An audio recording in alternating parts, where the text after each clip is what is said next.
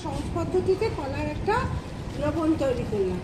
তাহলে DNA test করার জন্য আমরা যে নমুনাটা নিয়েছি সেটা কলা ছাড়াও বিভিন্ন নমুনা নেওয়া যায়, যেগুলো তোমাদের বইটাতে পাবে। পালং শাকের পাতা, মটরশুঁটির বীজ, এসব দিয়েও করা যায়। তো আমাদের কাছে সহজলভ্য এবং সহজে যাকে আমরা ক্রাশ করতে পারবো সেরকম একটা উপাদান নিয়েছি।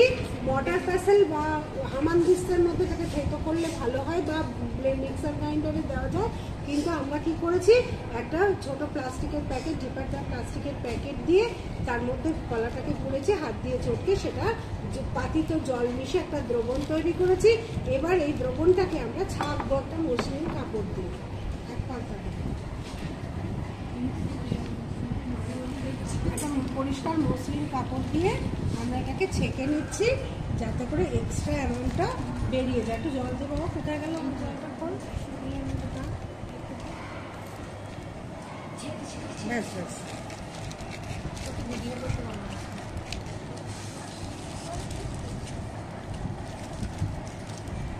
পাকা কলার একটা নির্যাস আমরা করে নিলাম, তবুও তার মধ্যে সম্পূর্ণ তো আর এটা স্মুথ হবে না, তাই জন্য আমরা এটাকে ছেঁকে নিচ্ছি।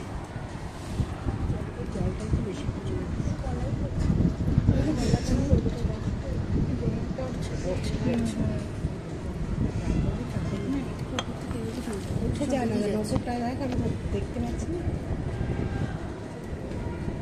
কিন্তু বেরিয়ে যাচ্ছে, চেপে ধরো।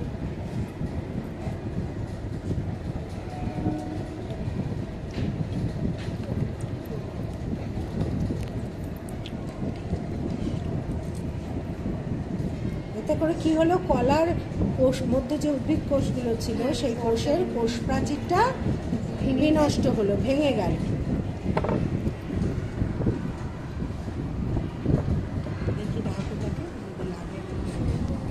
এবার আমরা কলা থেকে পাওয়া এই দ্রবণটা এর মধ্যে একটুখানি এখান থেকে, যার হাত তো পরিষ্কার আছে, এখান থেকে একটু সোডিয়াম ক্লোরাইড মিশিয়ে দিন,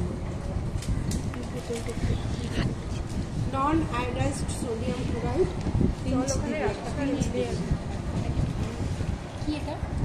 লবণ আয়োডাইজড সোডিয়াম ক্লোরাইড একটু দে, আর একটু দে না। কতটা দিচ্ছি হাতটা একবার একটু দেখা না। হ্যাঁ, ও হাতের নিচে তো ঠিক আছে। এবার এটা দিয়ে এটাকে মিশিয়ে নিলাম। এবার এখানে কি আছে, কোষ প্রাচীর দ্রবীভূত হয়ে গেছে, ভেঙে গেছে সব। এবার কোষ পর্দাকে দ্রবীভূত করতে হবে। কেমন? কোষ পর্দাকে দ্রবীভূত করার জন্য আমরা এখানে একটা কাপড় কাচার সাবান নিয়েছি, বাসন মাজার সাবান, যার মধ্যে প্রচুর লাইপেজ থাকে। এই লাইপেজ যুক্ত বাসন মাজার সাবানটার মধ্যে একটু পাতিত জল মিশিয়ে দে।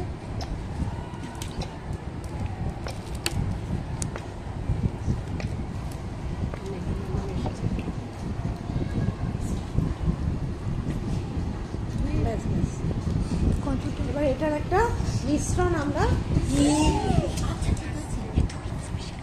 তৈরি করে নিই। এবার করে সেইটা কলার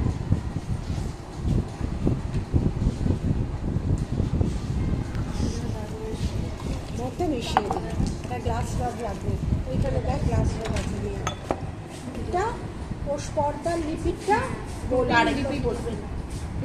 পজ করা আছে, চালু করে দিয়েছি। কেন এত কথা তোরা বলছিস? এটাকে ভালো করে মিশ্রণটাকে নাড়ছি। আমরা কি করেছি, কলার দ্রবণ তৈরি করেছি। কলার মধ্যে দ্রবণ যখন তৈরি করেছি তখন কলাটাকে ভালো করে পেস্ট করেছি, তাতে কোষ প্রাচীরগুলো নষ্ট হয়ে গেছে। এবার রইল কোষ পর্দায় লিপিড আছে। লিপিডকে দ্রবীভূত করার জন্য আমরা বাসন মাজার যে সাবান, সেই সাবান বা কাপড় কাচার ডিটারজেন্টও হবে, যার মধ্যে লাইপেজ উৎসেচক প্রচুর পরিমাণে থাকে, সেইটাকে আমরা মেশালাম। মিশিয়ে এই দ্রবণটাকে অনেকক্ষণ ধরে